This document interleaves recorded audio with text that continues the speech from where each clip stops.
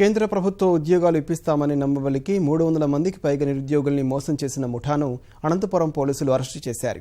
అనంతపురంలోని HLC కాలనీలోని ఓ ఇంట్లో జ్యోతి ప్రసాద్ రెడ్డి అనే వ్యక్తి council for agriculture extension forestry management పేరుతో సంస్థను ఏర్పాటు చేశాడు. ముందుగా కొందరిని ఉద్యోగాల పేరుతో నియమించుకొని వారి నుంచి 100 మంది గ్రామీణ యువతను ఆకర్షించాడు. ఒక్కొక్కరి నుంచి 35,000 నుంచి 2 లక్షల వరకు వసూలు చేశాడు. డబ్బులు చెల్లించి ఎన్ని రోజులైనా ఉద్యోగాలు రాకపోవడంతో బాధితులు పోలీసులను ఆశ్రయించారు.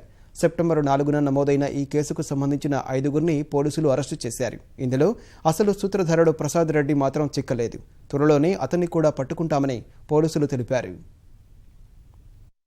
రెడ్డి అని అతను అగ్రికల్చర్ దాంట్లో ఆడవాళ్లకు మగవాళ్లకు జాబ్ ఇప్పిస్తామని చెప్పి ఒక్కొక్క దగ్గర 35,000 నుంచి 2 lakhs వరకు అమౌంట్ కట్టించుకున్నారు. మేము మెల్లల్లో చైన్లు అన్ని వంగరాలు అన్ని పెట్టేసి అన్ని కట్టేసుకొని చాలా ఇది అయిపోయినాం సార్. అంతా అప్పులు కట్టుకోలేకుండా తనకులాడుతున్నాం. 4 months అయినా కానీ ఏ విషయం తెలియదు. ఆడ అప్పులు కట్టలేక వస్తున్నాం. మేమంతా ఏం చేయాలా, మాకు న్యాయం జరగల. నా నుంచి 1,10,000 నా దగ్గర డబ్బులు లేకపోయినా కూడా నా భార్య నగలు తాకట్టు పెట్టి నేను కట్టాను సార్. డబ్బులు ఇంతవరకు ఆ నగలు ఇంతవరకు ఇప్పించుకోలేదు. వాళ్ళు వడ్డీ కూడా కట్టలేదు సార్. వాళ్ళు చూస్తే మాకు ఫోన్ల మీద ఫోన్లు చేస్తున్నారు.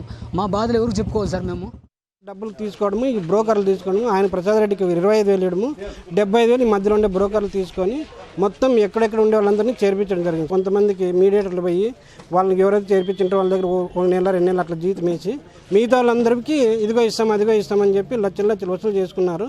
లాస్ట్కి గట్టిగా అడిగేదానికి మాకు సంబంధం లేదని చెప్పి బ్రోకర్లు కూడా అంటున్నారు.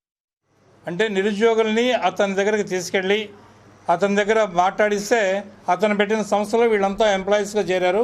అతని పిఏలు 2 ఉన్నారు ఇందులో ఇప్పుడు. సో వీళ్ళందరూ కలిసి మీకు ఇక్కడ మంచి జాబ్ ఇది సెంట్రల్ గవర్నమెంట్ సంస్థ, దీనికి మనకు డబ్బులు వస్తాయి, సెంట్రల్ గవర్నమెంట్ ఫండ్స్ వస్తాయి, బడ్జెట్ ఉంది. ఈ బడ్జెట్ వచ్చిన వెంటనే మీ అందరికీ మీ ఉద్యోగాలన్నీ పర్మనెంట్ అయిపోతాయని చెప్పేసి చెప్పడం జరిగింది.